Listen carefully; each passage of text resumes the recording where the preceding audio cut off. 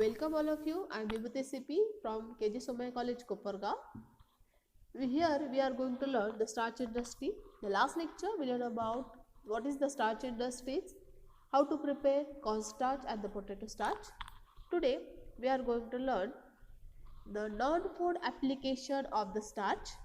First, it is used as adhesive. The halt made glues, stamp, book binding, envelopes, label, wood adhesive, uh, engineering, pressure sensitive, paper sacks, all industry we use these starch as a adhesive.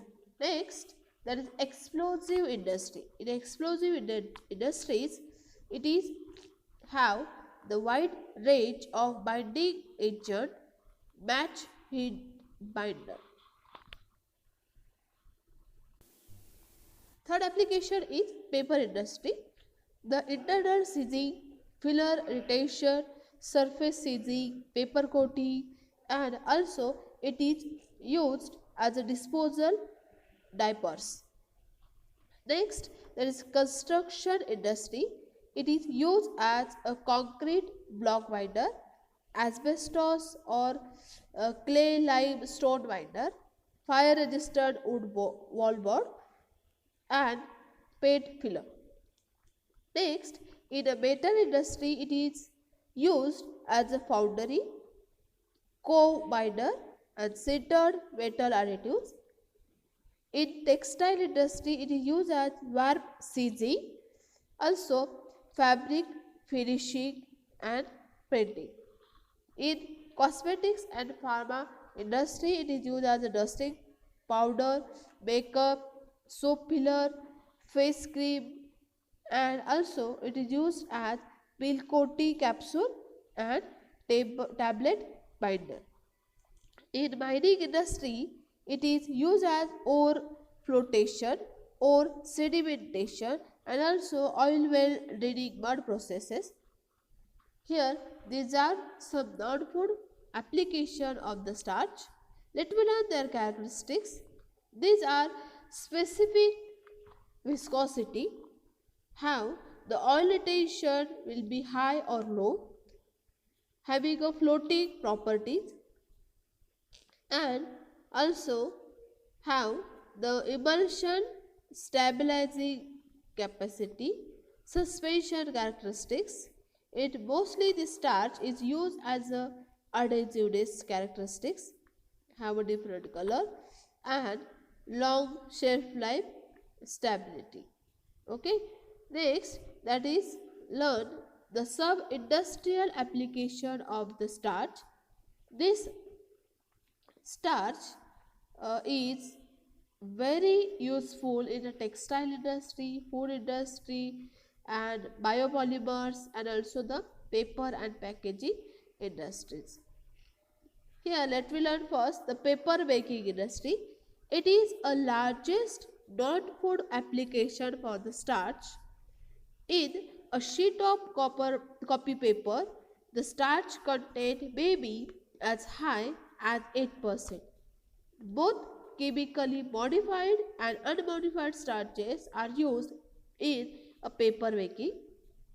The starch is also used in a paper coating as one of the binder for coating formulation such as pigments and thickener.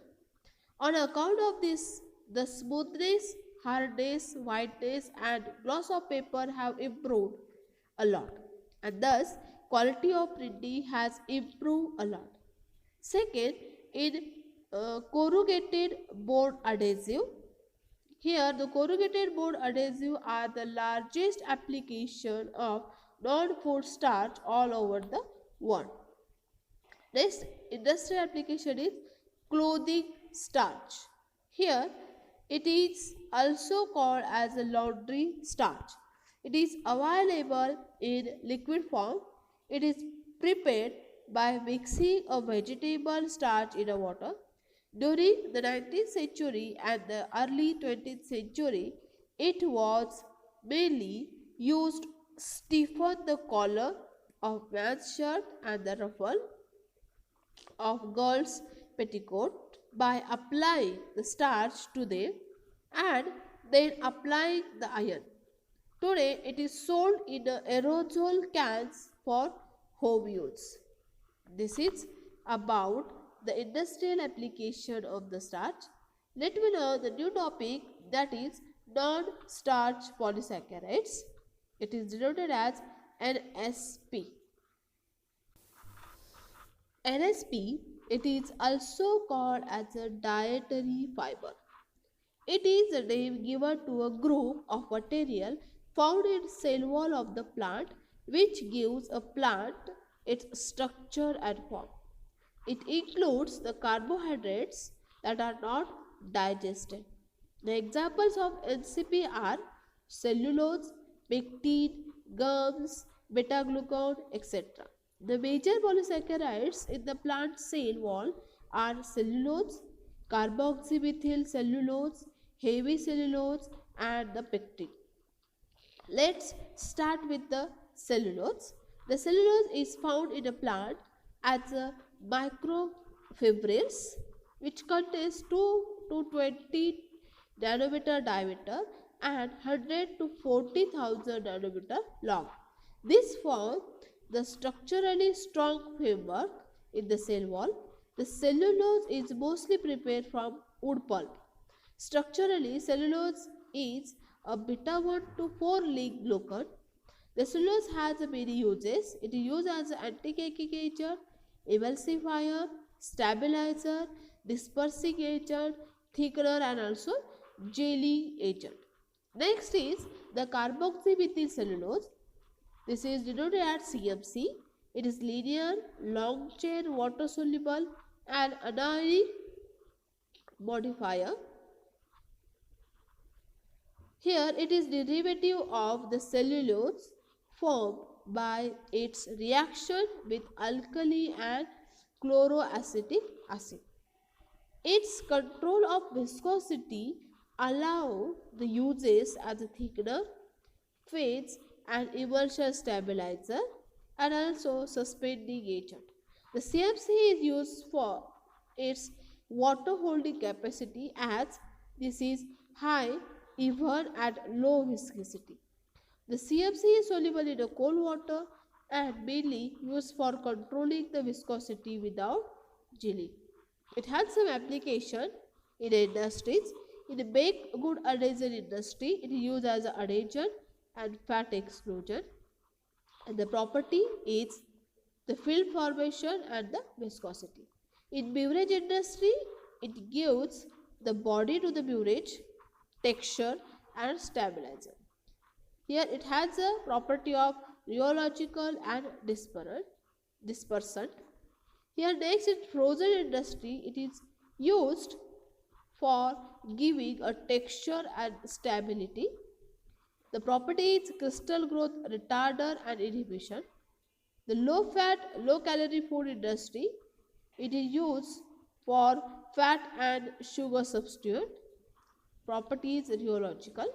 The milk and yogurt drink industry, it is used as a stabilizer, having the property interaction with the milk protein and dispersant. In sauce and syrup and topping industry, it is used as a stabilizer and also thickening agent, and the property is rheological. Next, that is the pectin. This pectin, the word is derived from the Greek word which means the congeal or solidify. The pectin is an acidic structural polysaccharides found in fruits and the vegetables. The pectin are mainly used as a gelling agent but can also act as a thickener, water binder and stabilizer. The fiber including cellulose, hemicellulose and pectic substances, gum, mucilage and algal polysaccharides. The cellulose, hemicellulose, pectin are plant cell polysaccharides. The cellulose is the most common of this fiber. Gum are actually substances secreted by the plant in response to injury. The mucilage are also water soluble and used by plant to protect the seed. algal polysaccharides are extracted from algae. These all are classified as a dietary fiber. It has some application in production of jam, jelly and the preserves. It functions as a thickener. It have a pectic level 0.1 to 1.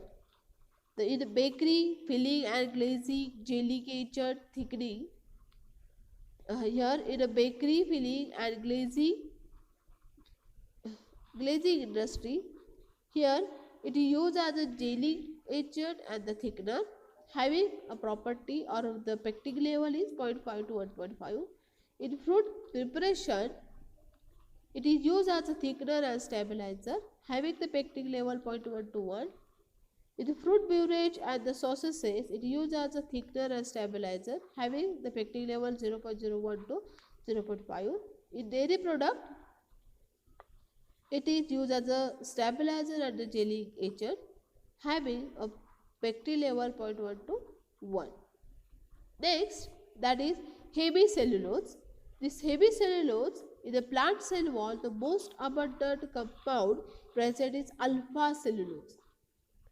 Okay, this alpha cellulose, which is also called as a hemicellulose, they constitute about 20 to 30% plant cell wall.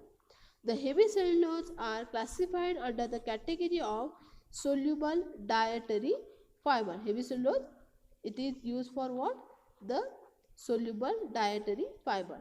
The hemicellulose is indigestible complexes, carbohydrate, that absorb the water.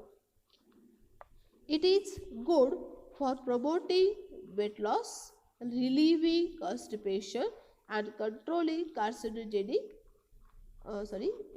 controlling carcinogens in the intestinal tract. In hemicellulose, find their application in the food system as emulsifier, stabilizer and binder in the flavor bases, dressing and pudding mixes. They are good source of dietary fiber and stimulate the immune system. Okay, this is all about what the non-starch polysaccharides. We learned some examples of the polysaccharides. Okay, here we end up our chapter, that is food and starch industries. In this industry, we learned the different additives in the food for the preservation. What is the deterioration?